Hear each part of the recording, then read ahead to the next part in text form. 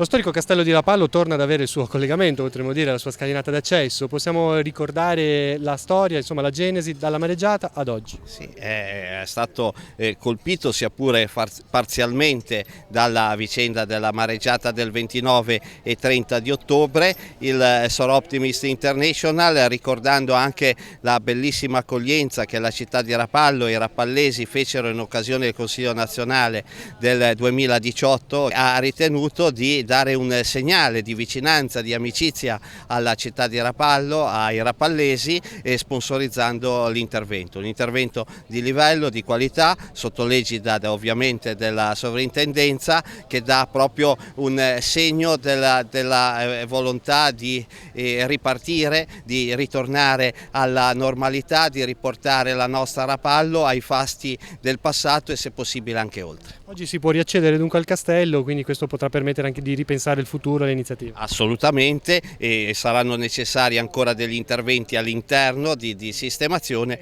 ma comunque il passo più importante è stato compiuto. Noi abbiamo un fondo calamità che sostiene i territori in cui sono distribuiti i nostri club e che hanno avuto delle calamità naturali, atmosferiche, e come non pensare a Rapallo, a quello che è successo e a non aiutarlo.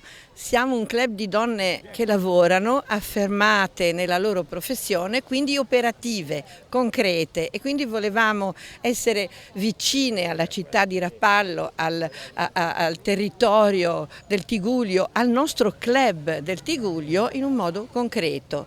Dal passato al futuro, una scala che ci porta a rivalutare e a riprenderci in mano il presente.